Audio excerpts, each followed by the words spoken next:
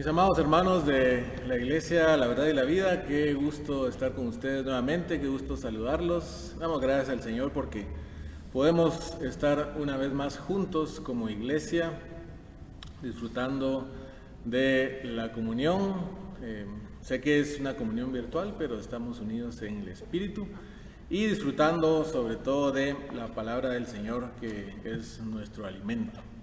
Como ha dicho alguien, pues la respiración del cristiano es la oración y su alimento es la palabra del Señor. Así que vamos a disfrutar un precioso tiempo. Ya hemos disfrutado de preciosos cantos, de mensajes que nos preparan para la palabra, la enseñanza en esta mañana. Así que qué gusto saludarlos a todos, no solo de la Iglesia La Verdad y la Vida, también de la Iglesia Central, sino también las iglesias hijas, y nuestros amados hermanos de otras iglesias, de otras partes del mundo que nos acompañan, hermanos en México, en Estados Unidos, en España, en Suecia incluso, y tantos lugares a los que es posible llegar gracias a la comunicación por esta vía de las redes sociales. Así que, hermanos, es un gran gusto, damos gracias al Señor por esto. Y les pido que me acompañen en una oración para poner este tiempo en las manos de nuestro Señor. Oremos.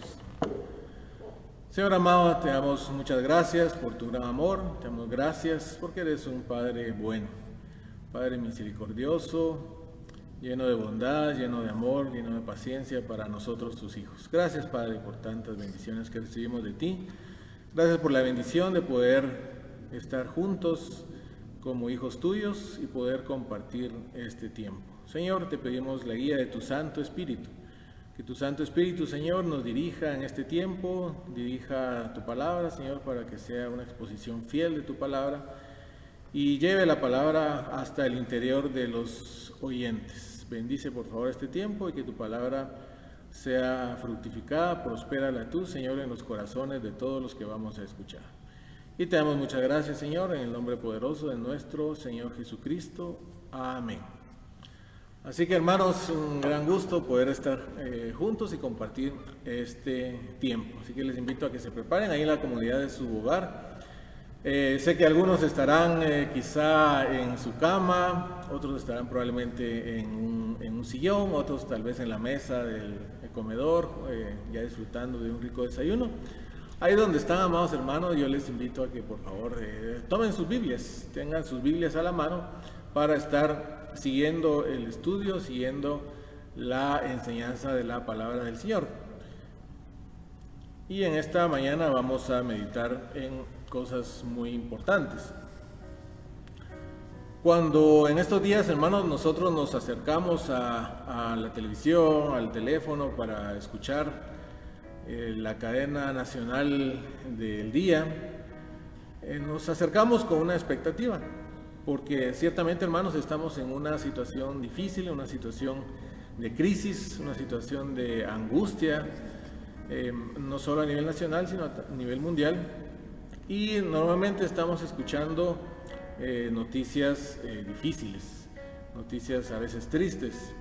Pero, hermanos, cuando nos acercamos a la televisión para ver al presidente hablar, pues también tenemos la expectativa de escuchar buenas noticias que de alguna manera nos ayuden a levantarnos el ánimo un poco, a tranquilizarnos. Y gracias al Señor porque a veces lo hemos escuchado, muchas veces escuchamos las noticias de los recuperados, de la cantidad de personas que han sido recuperadas ya del virus. También escuchamos lo que se ha estado haciendo en la línea de proteger al país y de hacer cosas para que la economía no se desplome. Entonces escuchamos también buenas noticias. Entonces escuchamos a veces malas, pero también tenemos la expectativa de escuchar buenas, y cuando lo hacemos, pues nos sentimos mejor. Y, amados hermanos, algo así ocurría en la iglesia en Tesalónica. Los hermanos de Tesalónica tenían un motivo de tristeza, tenían un motivo de preocupación. Timoteo seguramente llevó este motivo de preocupación a Pablo, y Pablo pues les decidió escribirles a ellos al respecto, para que ellos tuvieran ánimo, para que ellos tuvieran un motivo de esperanza y de consuelo. Y hermanos, sobre eso vamos a reflexionar en esta mañana. Recordamos que seguimos el estudio de la primera carta de Pablo a los tesalonicenses y vamos a ver, hermanos, que el arrebatamiento es fuente de ánimo. El arrebatamiento es fuente de ánimo. Y esto lo encontraremos en la primera carta a los tesalonicenses, el capítulo 4, los versículos 13 al 18. Así que yo los invito, mis amados hermanos, para que ustedes abran sus Biblias, así como lo haré yo en este momento, y que ustedes puedan tener a la mano el texto bíblico para irlo siguiendo y poder escuchar esas palabras de ánimo, de consuelo y de esperanza. ¿Cuáles serán? Bueno, pues les invito a que nos acompañen en este tiempo que sigue para escuchar cuáles son estas palabras de ánimo, palabras de consuelo y de esperanza que fueron muy importantes para nuestros hermanos allá en Tesalónica hace tantos años, tantos milenios, y que son importantes para nosotros hoy también en esta situación en la que estamos viviendo. Así que seamos fortalecidos entonces con la palabra del Señor. Y les presento este esquema que estaremos siguiendo en el estudio de esta porción. Vamos a dividirlo en 3 partes. Aquí tienen ustedes el esquema en su pantalla y pues la primera parte es que veremos que hay grandes noticias respecto de los que han muerto en Cristo. Grandes noticias respecto de los que han muerto en Cristo en los versículos 13 y 14. Pues luego veremos cuál será el orden de nuestra reunión con el Señor, porque nos reuniremos con el Señor en los versículos 15 al 17. Y en la parte final veremos que estas noticias, este evento y todo lo que lleva, pues es fuente de ánimo y nos traslada directamente a cómo aplicar estas noticias para nuestra vida actualmente. Así que este es el esquema que vamos a seguir y veremos entonces a continuación la primera parte. Está ahí resaltado y con un color distinto en su pantalla en la porción en la que estaremos ahorita. Y hermanos, serán los versículos 13 y 14 donde encontramos grandes noticias respecto de los que han muerto en Cristo. Yo les invito a que por favor puedan leer junto conmigo los versículos 13 y 14 de este capítulo 4 de la primera carta de Pablo a los tesalonicenses. Dice de la siguiente manera: tampoco queremos, hermanos, que ignoréis acerca de los que duermen, para que no os entristezcáis como los otros que no tienen esperanza. Porque si creemos que Jesús murió y resucitó, así también traerá Dios con Jesús a los que durmieron en él. Miren, hermanos, que estas son las grandes noticias respecto de los que han muerto en Cristo. Vemos, hermanos, que dice Pablo al principio del versículo 13, tampoco queremos, hermanos, y aquí él está hablando de un cambio de tema de lo que él venía diciendo en su carta. Él había escrito, y lo vimos la última vez que tuvimos la enseñanza hace 15 días con nuestro hermano Luis Fernando, en los versículos 1 al 12 de este capítulo 4, Pablo les estaba enseñando en su carta respecto de la vida que agrada al Señor, una vida, dice, apartada de inmoralidad, una vida en santidad, una vida en amor fraternal y una vida que dé un buen testimonio, como termina diciendo el versículo 12, dice, a fin de que os conduzcáis honradamente para con los de afuera y no tengáis necesidad de nada. Entonces él viene hablando de la vida en este tiempo y cómo debe conducirse el creyente. Pero cuando dice tampoco queremos, hermanos, entonces él está cambiando de tema y cambia el tema porque va a tocar algo que seguramente Timoteo le contó a Pablo al regresar de Tesalónica y le trajo noticias y seguimos con la exposición de la palabra. Entonces estábamos, hermanos, en la primera parte donde dice que tenemos grandes noticias respecto de los que han muerto en Cristo. Y hermanos, notemos que Pablo dice que tampoco queremos, hermanos, que ignoréis. Él está haciendo un cambio en la temática de lo que ha venido hablando, de lo que ha venido enseñando en los primeros 12 versículos de este capítulo 4. Aquí estamos recapitulando un poco lo que habíamos visto previamente. Y entonces ahí en los primeros 12 versículos, hermanos, él enseña respecto de la vida que debe llevar el cristiano, una vida en pureza, una vida en santidad, una vida de amor fraternal, una vida en paz con sus vecinos, como dice al final de la porción del los versículos 1 al 12. Así que aquí luego entonces en el 13 hace un cambio de tema y dice: tampoco queremos, hermanos, que ignoréis. Es decir, él quiere que no haya ignorancia en los hermanos de Tesalónica respecto a un tema que es muy importante en su vida cristiana. Eso era la motivación de Pablo. Él quería llevarles la enseñanza de parte del Señor para que pudieran ellos tener un fundamento sólido que les dé ánimo, les dé consuelo y esperanza en su vida como creyentes. Así que, hermanos, él dice: no quiero que ignoréis. Y esa, hermanos, es una motivación también no solo apostólica, sino es una motivación pastoral. Es decir, hay un deseo pastoral, no solo en Pablo, sino en todos aquellos que hemos sido llamados por el Señor para servir a la iglesia.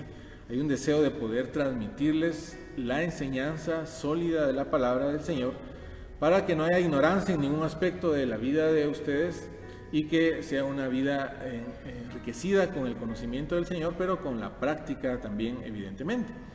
Y hermanos, pues este es el deseo. El deseo es que cada vez que nos presentamos delante de ustedes con la palabra del Señor para transmitir un mensaje, es con el deseo de llevar instrucción que bendiga, que beneficie su vida con el conocimiento y la práctica de la palabra del Señor, porque eso es realmente lo que nos lleva hacia la madurez. Recordamos, mis amados hermanos, que la madurez es el objetivo que tenemos como creyentes, el objetivo que tenemos como iglesia, de presentarnos maduros a Cristo en su venida. Así que, hermanos, este es un deseo apostólico, es un deseo también pastoral. Y hermanos, entonces, acerca de qué decía Pablo que no quería que estuvieran en ignorancia, pues dice en el versículo 13, acerca de los que duermen. Acerca de los que duermen. ¿Y quiénes son los que duermen? ¿Será que son los que en lugar de estar viendo esta transmisión están durmiendo? ¿Será que está hablando de ellos?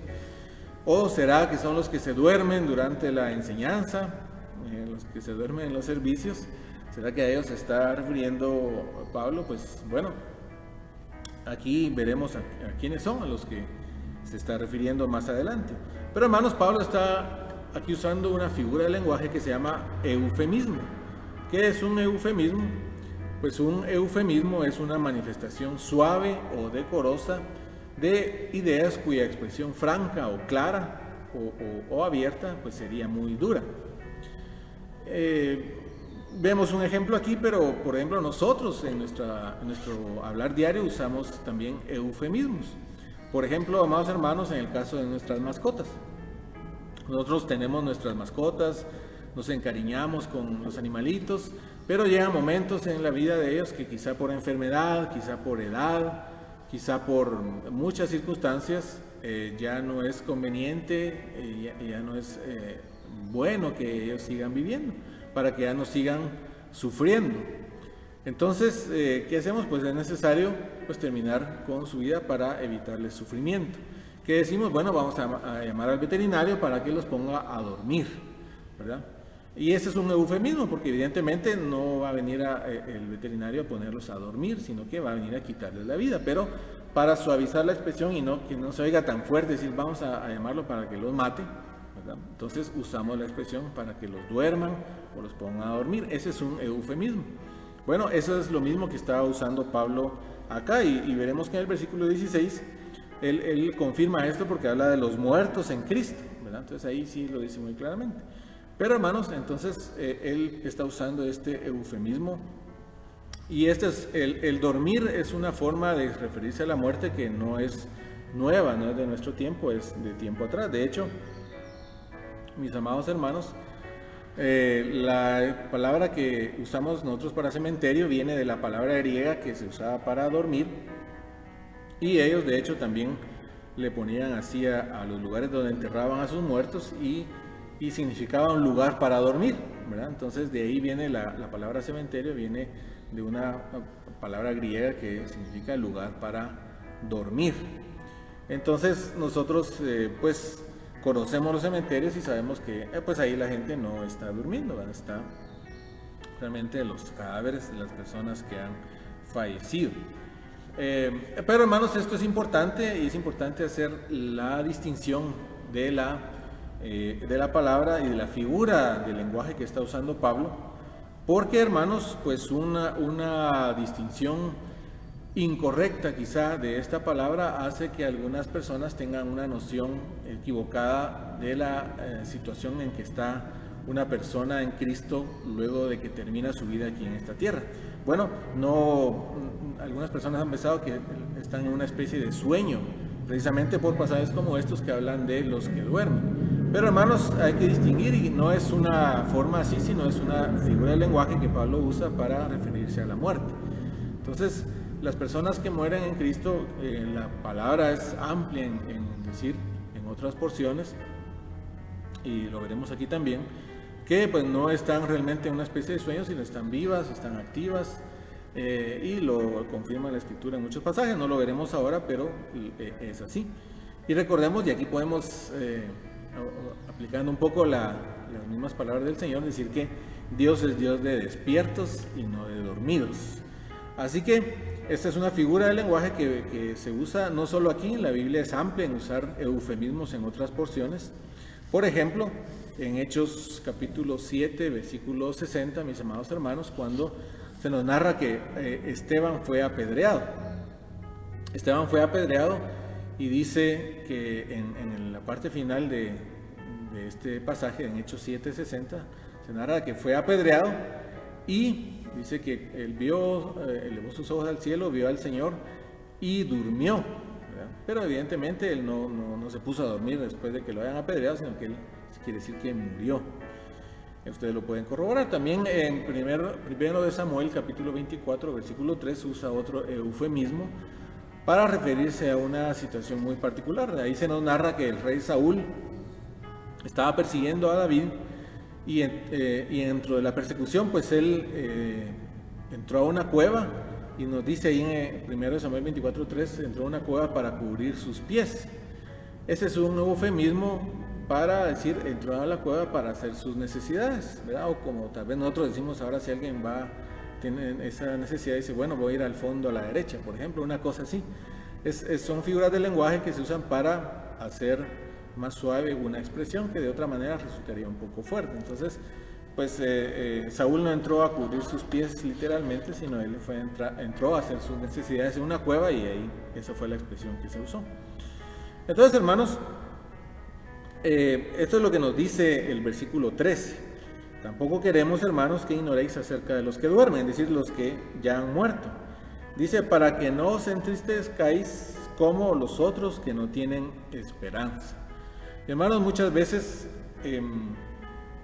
la muerte se presenta como una cuestión donde ya no hay más esperanza, donde ya terminó todo.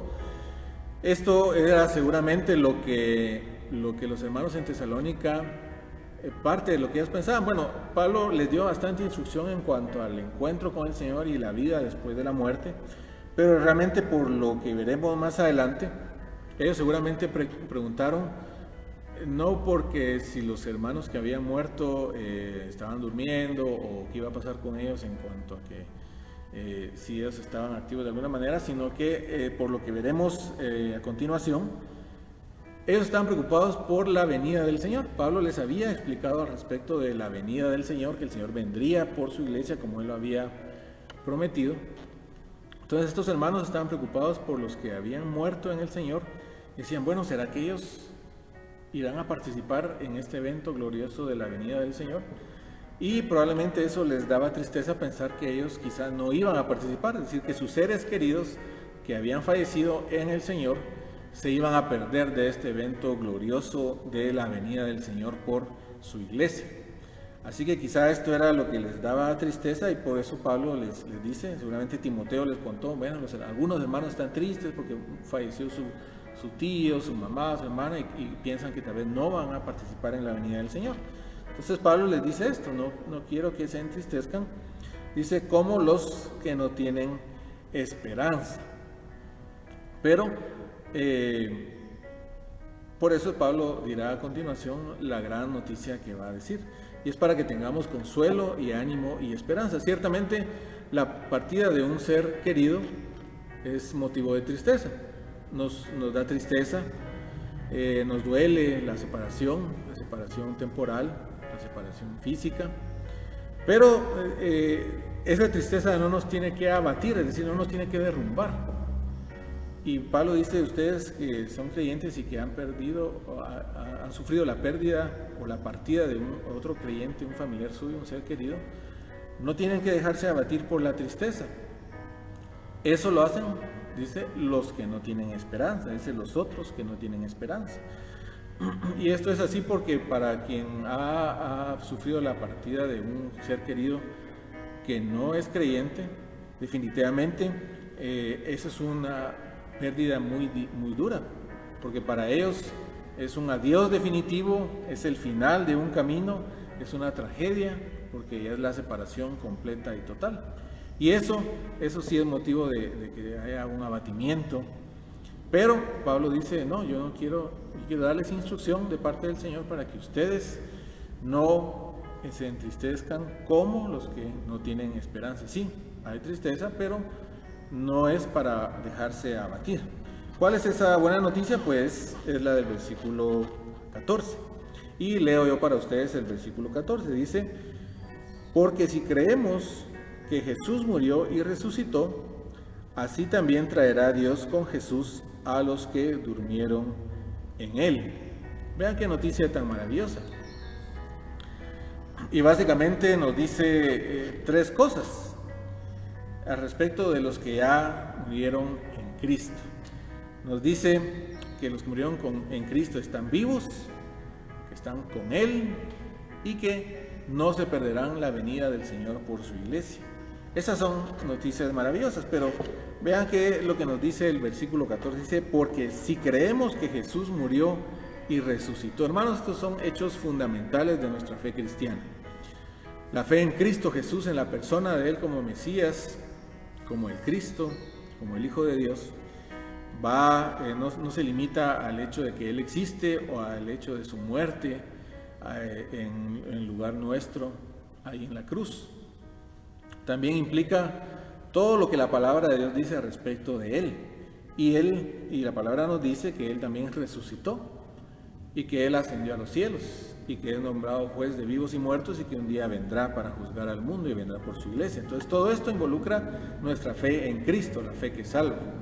Y aquí nos dice Pablo, si creemos que Jesús murió y resucitó. Entonces nosotros, dice, ya que creemos que Jesús murió y resucitó, así también, con esa misma certeza, debemos de saber que Dios traerá con Jesús a los que durmieron, o sea, a los que murieron en Él. Tan cierto como el Señor Jesús murió y resucitó, así también de cierto es, mis amados hermanos, que el Señor traerá con Él a los que han muerto en Cristo. Así que ellos, hermanos, están vivos, están con el Señor porque dice que vendrán con Él y no se perderán de ninguna manera este evento maravilloso que estamos esperando nosotros, que es la venida del Señor Jesucristo por su iglesia. Estas son grandes noticias y esto es algo para reflexionar, porque nos llega a pensar, amados hermanos, y es una fuente de consuelo también. Pablo quería que este conocimiento, que esta instrucción fuera una fuente de ánimo, de consuelo, de esperanza, y lo es para nosotros, porque nosotros sabemos, tenemos esa certeza de que nuestros seres queridos que partieron estando en el Señor, pues están vivos, están con Él, y nos lleva a pensar, ¿qué estarán haciendo? ¿Qué estarán haciendo ahora? Yo me pongo a pensar, por ejemplo, en mi papá. Él partió con el Señor hace casi 2 años, y cuando pienso en Él me da mucha alegría saber que Él está con el Señor, y me da mucha expectativa preguntarme, ¿qué estará haciendo mi papá ahora? Allá con el Señor, en esas mansiones celestiales, disfrutando de esa presencia del Señor y ocupado haciendo muchas cosas. Bueno, seguramente ustedes también estarán pensando en sus seres queridos que partieron estando en el Señor, siendo creyentes. Bueno, ¿qué estarán haciendo? ¿Qué estarán haciendo? estarán trabajando, estarán sirviendo al Señor, adorándolo de alguna manera. Hermanos, y esta es una fuente de gozo, de ánimo, de consuelo, de esperanza con respecto a los que ya murieron en Cristo. Así que esto nos lleva también a lo siguiente. Hermanos, la siguiente parte de nuestro estudio de este pasaje es que Pablo nos enseña cuál va a ser el orden de nuestra reunión con el Señor, y eso lo veremos en los versículos 15 al 17, porque nos acaba de dar grandes noticias. Los que ya partieron estando en Cristo, pues están con Él, están vivos y no se perderán esa venida del Señor, pero cuando Él venga, entonces, ¿cuál va a ser el orden de nuestra reunión con el Señor? Bueno, eso lo veremos en estos versículos 15 al 17. Les invito, amados hermanos, a que ustedes, por favor, me acompañen en la lectura de estos 3 versículos. Dice así: por lo cual os decimos esto en palabra del Señor, que nosotros que vivimos, que habremos quedado hasta la venida del Señor, no precederemos a los que durmieron, porque el Señor mismo, con voz de mando, con voz de arcángel y con trompeta de Dios, descenderá del cielo, y los muertos en Cristo resucitarán primero.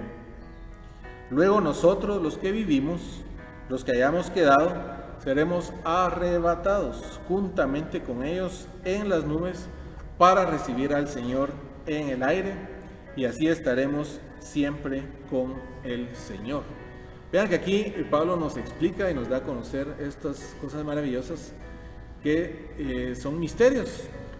Eran misterios en ese tiempo porque eran cosas que no se habían revelado, pero que ahora se revelaban. Y es el orden de nuestra reunión con el Señor. Vean qué importante es esto, amados hermanos. Y noten que aquí en el versículo 15 dice lo siguiente. Dice: por lo cual os decimos esto en palabra del Señor. Y hermanos, esto es muy importante porque Pablo aquí está cumpliendo su misión apostólica de dar revelación de parte del Señor. Él nos puede decir esto, hermanos, y lo podía decir a los hermanos en Tesalónica porque Dios le había dado esta información. Esta es una palabra fiel porque el Señor Jesús, dice, le transmitió esta información. Y él podía transmitirla a la iglesia con esa autoridad de decir: esto es palabra del Señor. Decimos esto en palabra del Señor. Y hermanos, esto es muy importante porque esa era la función apostólica: recibir la revelación de parte de Dios y transmitirla a la iglesia. Hermanos, aquí debemos de hacer una reflexión porque hay muchas personas hoy que intentan decir cosas de parte de Dios, dicen que están transmitiendo cosas de parte del Señor, y en realidad no es cierto, no ocurre nada, porque Dios no les ha hablado, y esto no es nuevo. Ya en el profeta Jeremías el Señor hace acusaciones contra falsos profetas y dice: estos hombres dicen que hablan de parte de mí y yo no les he dicho nada. Y hermanos, eso ha sido una constante y hoy en día eso sigue igual.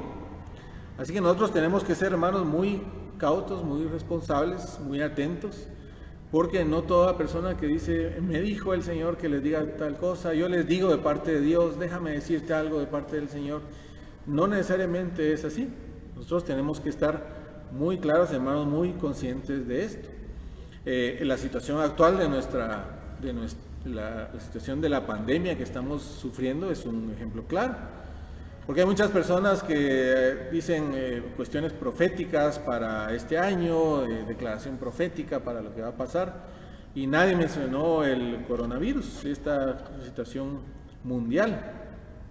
Nadie de los que se dicen profetas y que se dicen que hablan y reciben revelaciones de parte del Señor lo hicieron. Y hay muchas personas que dicen estas cosas, hermanos, y nosotros tenemos que ser muy responsables, muy cautos, muy atentos para ver si alguien dice estas cosas, ver si realmente son ciertas. Alguien aquí mismo en Guatemala hace unos años dijo: bueno, es que yo recibí una palabra del Señor que me dijo que iba a haber 7 años de abundancia, entonces vamos a acumular, porque después de estos 7 años van a haber 7 años de hambre, 7 años de escasez. Se hizo todo un programa, un plan y una cuestión así. Y ellos mismos tuvieron que reconocer que cuando terminaron supuestamente estos 7 años de abundancia, pues no hubo hambre, no hubo escasez. Y la salida que encontraron fue decir, no, es que lo que Dios nos quería decir era que iba a haber hambre, pero hambre de la palabra, y hambre de la palabra de Dios. Y ahí cambiaron bastante la situación que supuestamente Dios les había dicho, pero Dios no da ese tipo de mensajes como de adivinanza, de ver qué acertijos, sino que Dios es claro en lo que va a expresar. Entonces, amados hermanos, aquí Pablo dice, por lo cual os decimos esto en palabra del Señor. Y Pablo puede decir eso porque Dios realmente le dio esta revelación. ¿Qué es lo que él dice? Bueno, dice que nosotros que vivimos, que habremos quedado hasta la venida del Señor. Y noten que aquí Pablo, mis amados hermanos, tenía la expectativa de estar vivo cuando viniera el Señor. Y hermanos, esta era una expectativa de la iglesia primitiva. La iglesia del primer siglo, ellos tenían esa expectativa de que el regreso del Señor, la venida del Señor por ellos, sería durante su tiempo de vida. Bueno, Pablo cambió esto más adelante cuando él entendió. Él aquí estaba diciendo que tenía esa expectativa, ¿verdad? No es de que el Señor se haya equivocado, sino que Pablo estaba transmitiendo que él vendría y le había transmitido al Señor el orden en que iba a ocurrir estos eventos cuando él viniera. El Señor no le había dicho a Pablo que él iba a estar vivo cuando él viniera, sino que esto era una expectativa de él, porque era la expectativa de toda la iglesia en ese tiempo. Pero él dice que nosotros que vivimos, que habremos quedado hasta la venida del Señor. Vemos más adelante que conforme pasó el tiempo, y ahí tienen ustedes la cita de 2 Timoteo 4, 6 y 7, Pablo recibió luego revelación del Señor y el Señor le dijo, bueno, tu vida está pronta a terminar. Pablo dice, mi partida yo ya estoy pronto a partir, he terminado mi carrera, he peleado la batalla, he hecho lo que el Señor me dijo que tenía que hacer. Entonces, pero en este momento, al escribir esta carta, que es por cierto quizá de las primeras cartas que Pablo escribió, la expectativa de él, como la de toda la iglesia de ese tiempo, era que él iba a estar vivo cuando el Señor viniera. Y hermanos, de alguna manera nosotros tenemos que tener también esta expectativa. Y la pregunta es, ¿tiene usted la expectativa gozosa de estar vivo cuando el Señor venga por su iglesia, amado hermano, amada hermana? ¿Está con esa expectativa de que sea en este tiempo? Pues qué bueno que así pueda ser, porque eso hace un cambio muy importante en la forma en que nosotros, amados hermanos, vivimos nuestra vida cristiana y nos preparamos para ese regreso.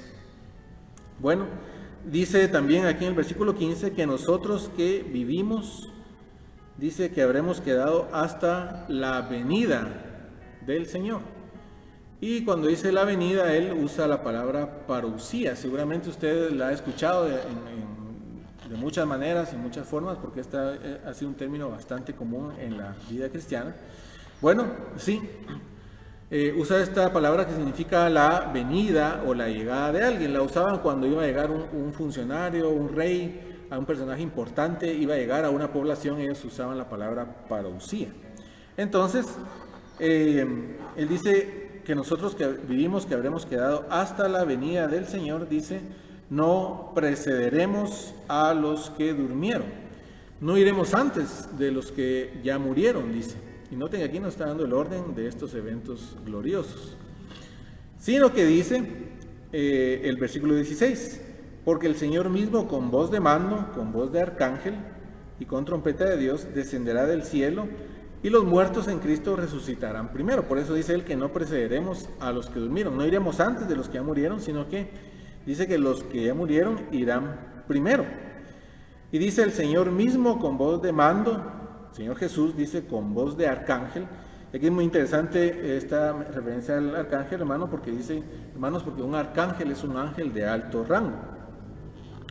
En la Biblia solamente se menciona a Miguel, allá en la carta de Judas, en versículo 9, se menciona como arcángel a Miguel, se menciona a él por nombre. Aunque a él se le menciona en Daniel capítulos 10 y 12 también, y da a entender que quizá hay otros arcángeles también, pero el único arcángel que se menciona por nombre en la Biblia es a Miguel, allá en Judas. Entonces es un ángel de alto rango. Y dice, entonces seguramente un ángel de alto rango, probablemente Miguel, dará una voz de mando, y también dice con trompeta de Dios. Es decir, son señales audibles que seguramente los creyentes las oirán, y con la expectativa que tenemos de estar vivos nosotros cuando eso ocurra, así como lo tenía Pablo, que nosotros oiremos esta voz de mando, esta voz de arcángel, esta trompeta de Dios, que anunciarán esa reunión del Señor con su pueblo. Bueno, la Biblia no dice si los no creyentes la van a oír, pero seguramente nosotros sí la escucharemos. Y hermanos, estas trompetas no son las trompetas de Apocalipsis 8 al 11, porque estas trompetas están en el contexto del juicio del Señor, amados hermanos, sino que son trompetas más bien que hacen referencia a la reunión del Señor con su pueblo, como ocurrió allá en el libro de Éxodo capítulo 19. Entonces, y al respecto de estas trompetas, hermanos, también será un evento muy claro que será inmediatamente antes de la reunión de nosotros con el Señor. Y esto lo digo porque, hermanos, en estos últimos días ha habido reportes de personas en diversas partes del mundo que oyen trompetas en el cielo, sonidos de trompetas en el cielo, y han dicho, bueno, son las trompetas del Apocalipsis y todo esto. Pero realmente los estudios dicen que no es otra cosa que algo que le llaman un cielo moto, que es más o menos parecido a un terremoto, solo que ocurre en el cielo. Y lo que dicen los estudiosos es que, bueno, no se tiene una causa establecida para estos fenómenos, pero pueden ser fenómenos de choque de masas de aire de diferentes temperaturas en el cielo que producen estos sonidos. Pueden ser también relacionados con entrada de meteoros en la atmósfera y que producen de choque, o en zonas costeras dice que puede ser debido a la liberación de ciertos gases de las ciertas zonas costeras y su choque también con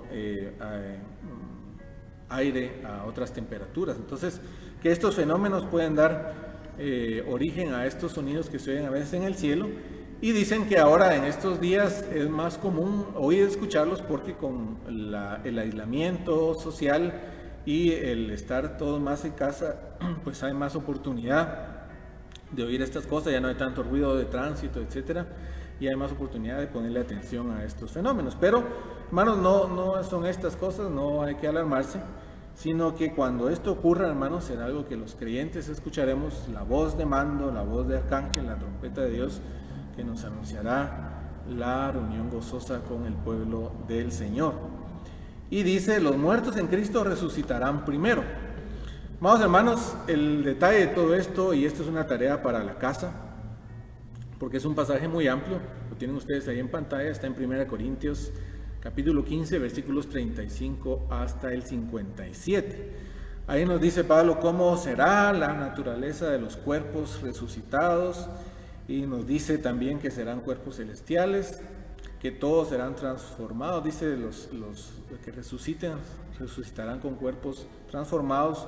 Los que estemos vivos, dice, será transformado nuestro cuerpo en el acto.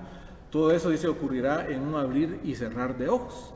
Hermanos, esto será algo que en lo que usted pestañea, ya estaremos en el aire, con nuestro cuerpo transformado, y en la compañía de nuestros seres queridos que ya murieron, y en la compañía del Señor.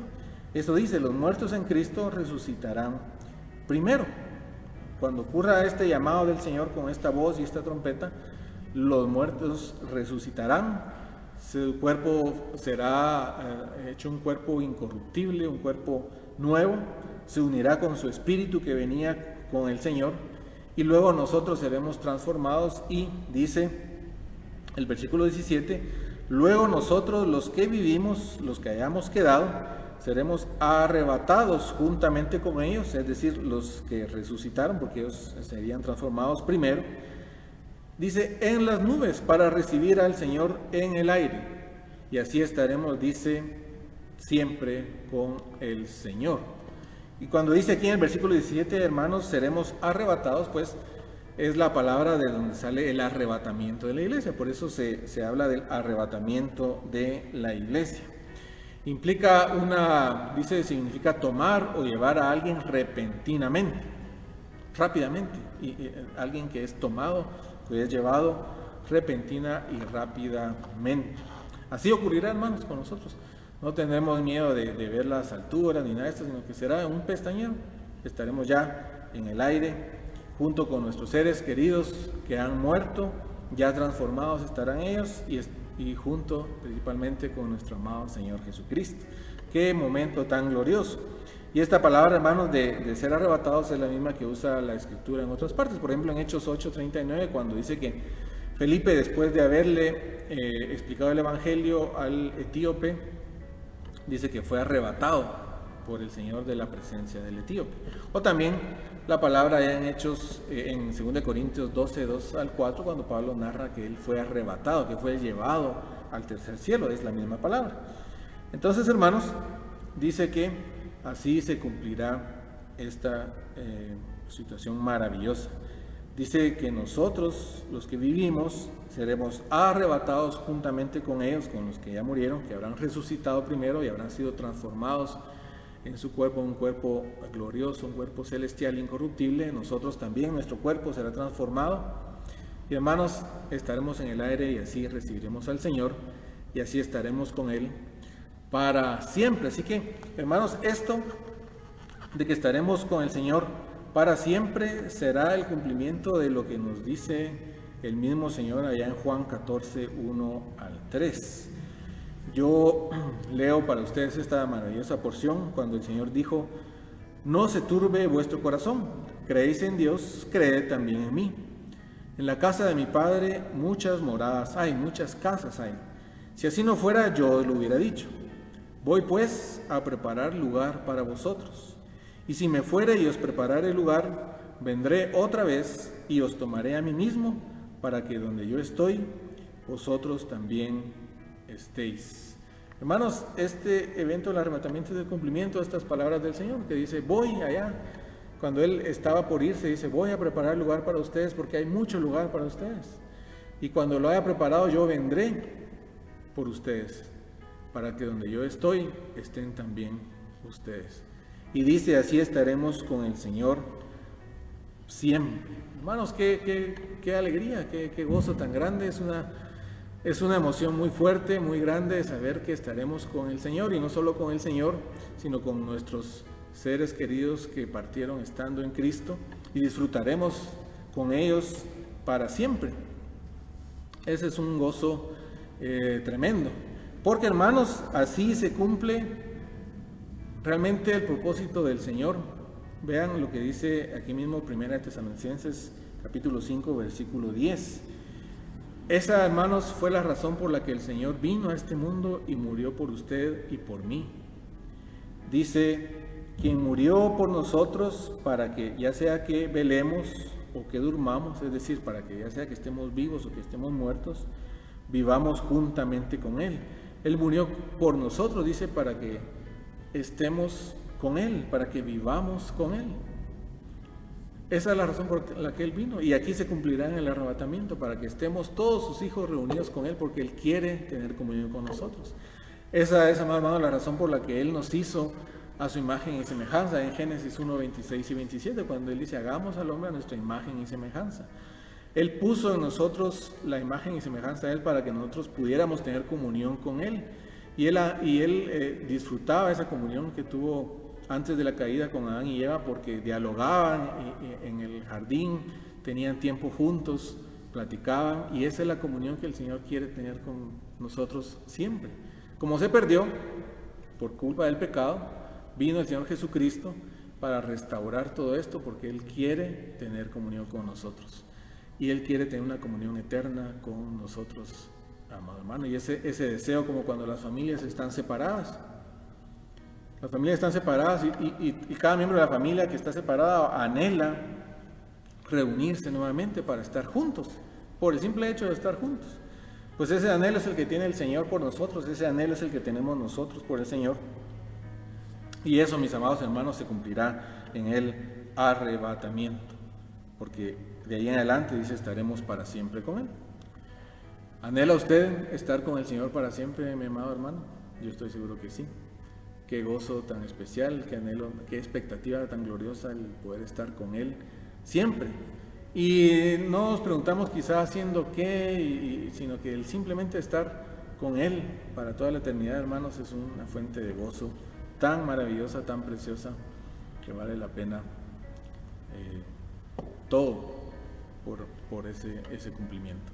Así que, hermanos, pasamos luego a la última parte donde dice el versículo 18 que este evento y todo lo que va con el evento del arrebatamiento, que es nuestra reunión con nuestros seres queridos que partieron en Cristo y con el Señor Jesucristo para siempre, es fuente de ánimo. Y leo yo para ustedes este versículo final, dice: por tanto, alentados los unos a los otros con estas palabras. Entonces dice, por tanto, dice, debido a estas noticias tan maravillosas, dice, alentaos. Dice, consuélense, anímense, llénense de esperanza con estas noticias. Que este conocimiento se transforme en algo práctico en la vida de ustedes. Y les dice Pablo a los tesalonicenses y nos dice a nosotros hoy, porque estas noticias son fuente de consuelo, de ánimo, de esperanza, de gozo, y debemos de hacerlo unos a otros, mis amados hermanos. No solo, sí, especialmente y particularmente cuando muere algún creyente, para consuelo a la familia, pero también en todo momento. La expectativa del regreso del Señor, nuestra reunión con Él para siempre, debe ser una fuente constante de ánimo, de consuelo y de esperanza. Así que, mis amados hermanos, concluimos, y la conclusión es esta: la esperanza de reunirnos con los cristianos que ya murieron y con el Señor Jesús para siempre, cuando Él venga por su iglesia, es fuente de ánimo. La esperanza de reunirnos con los cristianos que ya murieron y con el Señor Jesús para siempre, cuando Él venga por su iglesia, hermanos, esa es fuente de ánimo. El Señor nos quiere animar en cualquier circunstancia, particularmente con la partida de un ser querido, pero en cualquier circunstancia donde podamos estar nosotros desanimados.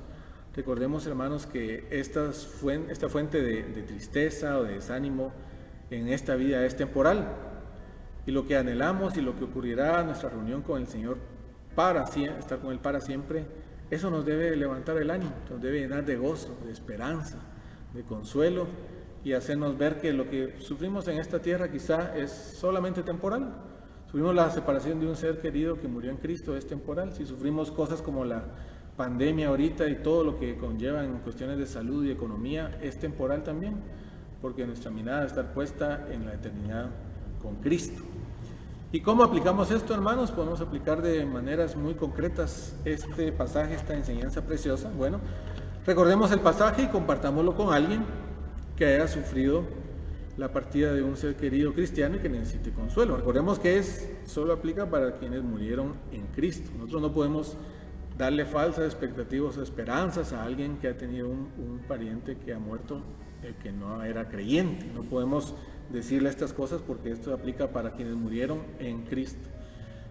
Para quienes murieron en Cristo, esta, hermanos, es una fuente de esperanza, y nosotros podemos, como una cosa práctica, recordar, bueno, allá en 1 Tesalonicenses 4, del 13 al 18, está esta enseñanza maravillosa que yo puedo compartir con mi hermano, con mi hermana, que necesita consuelo porque se ha entristecido por la partida de su ser querido que era cristiano. Pero también, hermanos, podemos aplicarlo viviendo como Pablo, con la expectativa de que el regreso del Señor Jesús será en nuestra vida. Eso nos motiva a vivir y trabajar con entusiasmo para Él, cambia nuestra perspectiva de vida y buscamos serle fieles cada día, pensando que este día puede ser, hermanos, este día puede ser el que el Señor venga y nosotros nos reuniremos con Él de manera gozosa, y entonces, si no ocurre, entonces el siguiente día podrá ser esa reunión con Él, ¿verdad? Es exactamente como esperamos la reunión con un ser querido. Puede ser hoy, puede ser mañana. Estemos preparados, ¿verdad? Estemos haciendo lo que Él le agrada, lo que Él nos dijo que hiciéramos, que no es otra cosa. Recuerden ustedes que Él nos dio una gran comisión, ¿verdad? Vayan y hagan discípulos a todas las naciones. Eso es lo que Él nos encomendó que hiciéramos, y es lo que espera que nosotros estemos haciendo cuando Él venga. Entonces, estemos listos para que cualquier momento que Él venga, nosotros podamos decirle: Señor, qué gozo estaba haciendo lo que tú querías que yo hiciera mientras nos reuníamos. Y hermanos, una tercera forma es alabar al Señor porque Él cumple su propósito y lo hará de que estemos con Él para siempre. Él cumplirá su propósito de que estemos con Él para siempre, hermanos. Qué gozo tan grande saber que Dios nos creó para que estemos en comunión con Él, para que tengamos ese compañerismo, esa amistad estrecha, íntima, de estar con Él, y Él ha hecho todo lo que está en su poder para que nosotros estemos con Él para siempre. Hizo la creación, y cuando su plan original fue arruinado por culpa de Satanás y el pecado, Él hizo todo lo que tenía que hacer para en Cristo restaurar y reconciliar con Él todas las cosas, porque Él quiere estar con nosotros para siempre. Qué cosa tan maravillosa que Dios nos ame tanto a sus criaturas que quiere estar con nosotros para siempre. Así que es motivo de alabanza constante alabar al Señor. Debemos hacerlo porque Él nos ama tanto que quiere estar con nosotros para siempre. Así que, mis amados hermanos, esto es lo que la palabra del Señor nos ha enseñado en esta mañana. Es posible que ustedes hayan trasladado algunas dudas, algunas inquietudes en este tiempo, y es tiempo ahorita de que podamos responderlas. Efectivamente, en este tema, cuando dice el arrebatamiento es fuente de ánimo, tenemos la pregunta acá, y un saludo al mismo tiempo para Israel Velázquez. Dice, él pregunta de la siguiente manera: ¿cómo es el proceso de una persona que muere? ¿Va directamente al cielo? ¿Se queda en un lugar de paz y reposo? Entonces, la pregunta se responde con la Escritura, y podemos tener dos respuestas, Israel. Una la encontramos en el Evangelio de Lucas,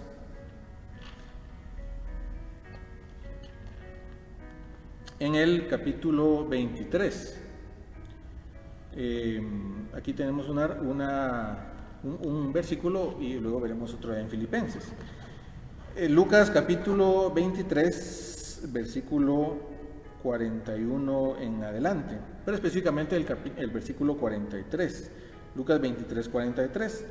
Recordemos que aquí el Señor Jesús está hablando con el criminal que fue crucificado junto con él. Él que le dijo en el versículo 42, dijo a Jesús: acuérdate de mí cuando vengas en tu reino. Aquí él estaba dando a entender que él había creído que él, que estaba crucificado a la par de él, era el Cristo, era el Mesías, y esa fe es la que lo hizo a él morir en Cristo. Él había puesto su fe en Cristo, y él sabía que él no se iba a quedar ahí como un cadáver, sino que él iba a venir en su reino, porque él estaba reconociendo con estas palabras que él era el Mesías. Entonces vean la respuesta del Señor. Entonces Jesús le dijo en el versículo 43, de cierto te digo que hoy estarás conmigo en el paraíso. Hoy mismo, ese día, ambos murieron y ambos fueron al paraíso. El Señor de otra manera pues, le hubiera dicho, pues estarás durmiendo o estarás descansando, pero Él le dijo, hoy estarás conmigo en el paraíso. El Señor no fue a dormir, sabemos por otros textos que estuvo haciendo otras cosas, pero aquí podemos ver que entonces donde vamos, y este paraíso, hermanos, es otra forma de referirse al cielo, a la morada del Señor. Pablo, allá en este pasaje de 2 Corintios 12, desde el 12 en adelante, cuando él dice fue trasladado al paraíso, dice fue trasladado al tercer cielo. Entonces es el mismo lugar, la morada de Dios y el paraíso es lo mismo. Entonces están ahí. Y luego podemos estar con la respuesta, hermanos, en Filipenses capítulo 1, versículo 23. Porque dice Pablo, porque de ambas cosas estoy puesto en estrecho, teniendo deseo de partir y estar con Cristo, lo cual es muchísimo mejor. Entonces, aquí es importante ver todo el pasaje, porque él dice, bueno, yo estoy preso, no sé si me van a liberar o si me van a condenar a muerte. No sé si voy a seguir viviendo o si voy a morir dentro de poco como resultado de una sentencia. Pero dice, yo quiero partir y estar con Cristo, lo cual es mejor, pero también quiero quedarme aquí. Y entonces dice el 21 un poco más adelante, porque para mí el vivir es Cristo y el morir es ganancia. Entonces, pero él dice que él quiere partir y estar con Cristo, lo cual es muchísimo mejor. Lo que dice que cuando alguien muere, parte inmediatamente a la presencia del Señor. Y un tercer pasaje, mis amados hermanos, que nos puede dar luz sobre esta pregunta de nuestro hermano Israel, es en 2 Corintios capítulo 5. 2 Corintios capítulo 5 también es muy ilustrativo, mis amados hermanos, porque él dice en el versículo 6, 2 Corintios capítulo 5, versículo 6, dice que así que vivimos confiados siempre y sabiendo que entre tanto que estamos en el cuerpo, dice, estamos ausentes en el Señor. Dice, cuando estamos viviendo aquí en nuestro cuerpo, estamos ausentes del Señor. Pero dice en el 8, pero confiamos y más quisiéramos estar ausentes del cuerpo y presentes al Señor. Es decir, él dice que cuando nosotros terminamos nuestra vida y dejamos este cuerpo, estamos presentes al Señor. Pero noten que aquí dice en el 9, por tanto, procuramos también o ausentes o presentes serle agradables. Lo cual quiere decir que ya sea que estamos aquí, que estemos aquí en este cuerpo o estemos allá, nosotros estamos activos tratando de serle agradables al Señor. Si no, pues diría, si estamos presentes en el Señor, estamos durmiendo, estamos descansando, pero Él dice, ya sea que estemos aquí o estemos allá con Él, procuramos serle agradables. Y eso nota la intención de estar activo, haciendo algo, sirviendo, adorando al Señor. Entonces, Israel, esa es la respuesta bíblica en cuanto a esto. ¿Qué es lo que ocurre, dice, cuando alguien muere? Bueno, parte su espíritu de la presencia del Señor, ahí está, cuando alguien muere en Cristo, por cierto, y ahí está activo haciendo cosas para el Señor. Bueno, un saludo de Hazel Herrera de España, dice, un saludo Hazel, saludos para Monse y para toda la familia allá, nos gozamos con ustedes y su ministerio allá en el Valle de los Pedroches. Nuevamente, hermanos, pedimos disculpas por el inconveniente que tuvimos con la conexión que tuvimos al inicio. Gracias al Señor se logró restablecer y ya no tuvimos problema. Otra pregunta dice que hace alguien: si un hermano niega la doctrina del arrebatamiento, ¿es salvo? Bueno, hermanos, aquí recordemos lo siguiente: la salvación viene por depositar nuestra fe en el Señor Jesucristo. Uno es salvo cuando uno se reconoce pecador y pone su fe en Jesucristo como el Hijo de Dios, el Mesías, y pone su confianza en Él de tal manera que sabe uno que Él es el Señor y Salvador y que solo en Él encuentra perdón de pecados. Ese es el hecho fundamental de la salvación. Ahora, a partir de ahí, uno puede empezar a tener conocimiento bíblico y puede ser que en alguna parte de su desarrollo de uno como cristiano, uno no comprenda ciertas doctrinas o incluso uno no las conozca, o incluso uno puede ser que las entienda mal. Pero el hecho de que uno no entienda bien una doctrina, o que no la conozca o que no la comprenda, eso no es motivo para salvación o no. Puede ser alguien salvo que está en el proceso de crecimiento, de madurez, y tal vez conoce una doctrina y la puede conocer mal, entonces defiende una postura que no es bíblica, pero él es un creyente genuino. Lo único es que no ha llegado todavía al conocimiento pleno de una enseñanza bíblica, pero eso no le hace perder su salvación, ¿verdad? Y en el espectro cristiano, hermanos, hay quienes no creen en algunas doctrinas que otros sí creen, pero hermanos, recordemos, el hecho fundamental de la salvación es el arrepentimiento y la fe en Jesucristo como Señor y Salvador. A partir de ahí, alguien que es salvo tiene un largo trecho que recorrer para conocer las verdades bíblicas, y en algún momento alguien puede estar equivocado en una enseñanza bíblica, pero no significa que no sea salvo.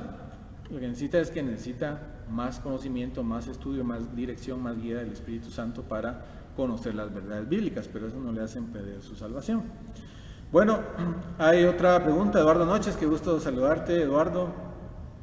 Dice: hay personas que dicen tener experiencias cercanas a la muerte. ¿Puede Dios mostrarse así? ¿Es realmente una experiencia? Bueno, hermanos, como la Escritura no nos habla respecto de eso, nosotros no podemos ser dogmáticos en ese sentido. Lo que sí es muy cierto con estas situaciones de experiencias cercanas a la muerte que se han hecho muy populares incluso en círculos cristianos, se han hecho películas al respecto y se han hecho libros, bestsellers y películas de mucha audiencia que tienen un patrón común y que casi siempre dicen, bueno, que alguien se salió, vio un túnel, al final del túnel una luz, después ahí vio a Dios y vio a un montón de gente que estaban ahí en el cielo disfrutando una gran paz y todo el asunto. Pero algo que es común es que no se habla realmente de fe en Jesucristo para poder estar ahí. Dicen, bueno, es lo que da la idea, hermanos, y esto es lo peligroso del asunto, desde mi perspectiva, es una perspectiva personal, es que da la impresión estas experiencias que, bueno, uno ahí, cualquier persona, al morir va a ir al cielo, y ahí va a ser un lugar de paz y todo, pero no se habla de que una condición sea estar en Cristo. Entonces eso da una falsa seguridad a las personas, pues dicen, entonces qué bonito la muerte, ya no tengo miedo a la muerte porque todos van al cielo y cualquier persona puede experimentar esa paz y estar con sus familiares y toda esa situación. Pero hermanos, yo siento que hay que tener mucho cuidado en esto. La palabra definitivamente no nos habla de este tipo de experiencias cercanas a la muerte en ese sentido en que se ha popularizado hoy. Pero hay que tener mucho cuidado porque sí pueden dar la idea de que prácticamente cualquier persona puede ir al cielo y experimentar esa paz sin que Jesucristo esté en su vida. Entonces eso es algo muy importante. Muy bien, Oscar Rivera, debemos estar preparados y aún durante la pandemia seguir anunciando el Evangelio. Israel pregunta, entonces, en el arrebatamiento, ¿los que murieron vuelven a bajar o cómo pasa el arrebatamiento con ellos?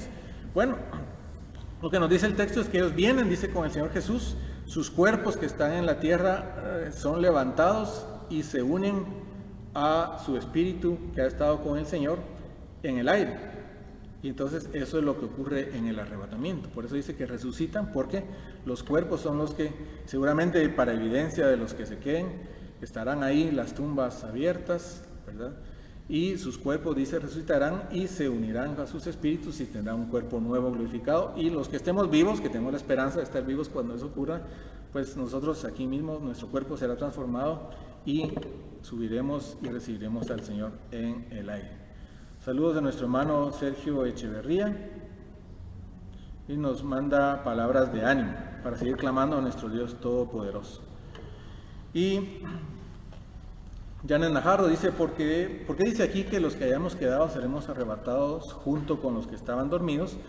Porque Pablo, cuando dice los que hayamos quedado, se refiere a los que estemos vivos cuando esto ocurra, y dice los que estaban dormidos, se refiere a los que ya murieron en el Señor en el momento en que el Señor Jesús venga por su iglesia.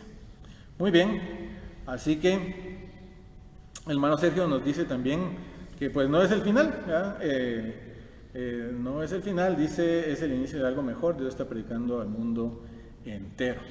Muy bien, gracias hermano Sergio por su saludo. Así que mis amados hermanos, entonces tenemos, gracias por su participación, por sus preguntas, por sus saludos, que el Señor los bendiga. Y tenemos ahora una información importante. Tenemos, hermanos, material evangelístico relacionado con el coronavirus.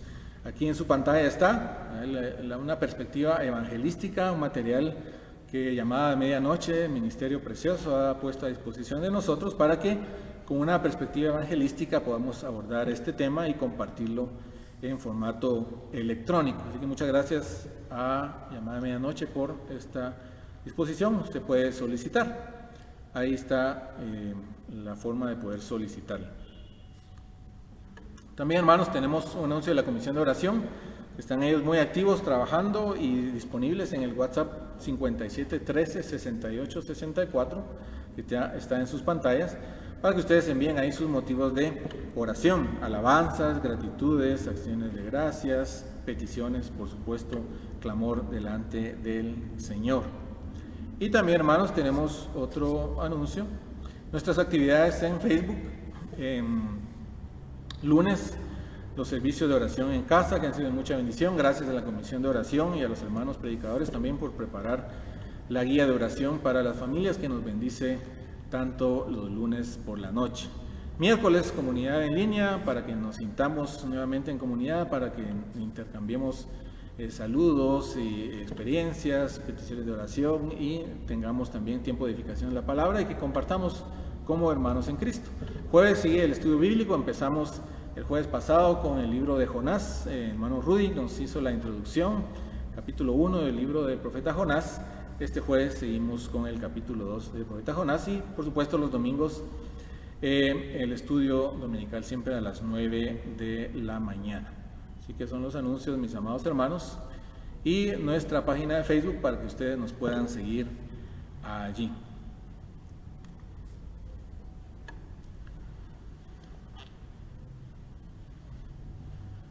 Entonces, hermanos, despedimos el tiempo. Damos gracias al Señor por el tiempo que hemos podido compartir.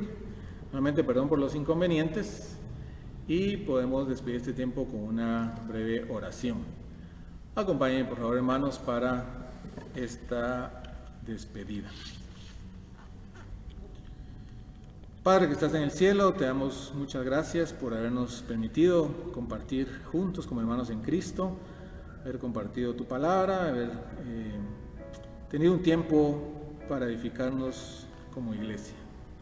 Gracias por tus bendiciones, gracias por tus santos amados, gracias por todas las personas que nos han escuchado, que hemos estado juntos edificándonos alrededor de tu palabra. Bendice por favor tu palabra, prospérala en cada uno de nosotros. Y bendice también, Padre, por favor, a cada hogar, a cada hijo tuyo. Bendícenos en este tiempo, líbranos del contagio, por favor, Padre. Provéenos en medio de las situaciones de dificultad que podamos estar atravesando. Y Señor, te pedimos que sobre todo tengamos siempre la mirada puesta en ti. En estos sufrimientos temporales no está nuestra mirada, sino en la presencia contigo, en estar juntos contigo para siempre. Y esto nos anima, nos consuela, nos llena de gozo. Así que Padre, ayúdanos a poner nuestra mirada en las cosas del cielo, no en las de la tierra. Y te damos gracias por tus bendiciones, Padre amado. Te agradecemos en el nombre poderoso de nuestro Señor Jesucristo. Amén.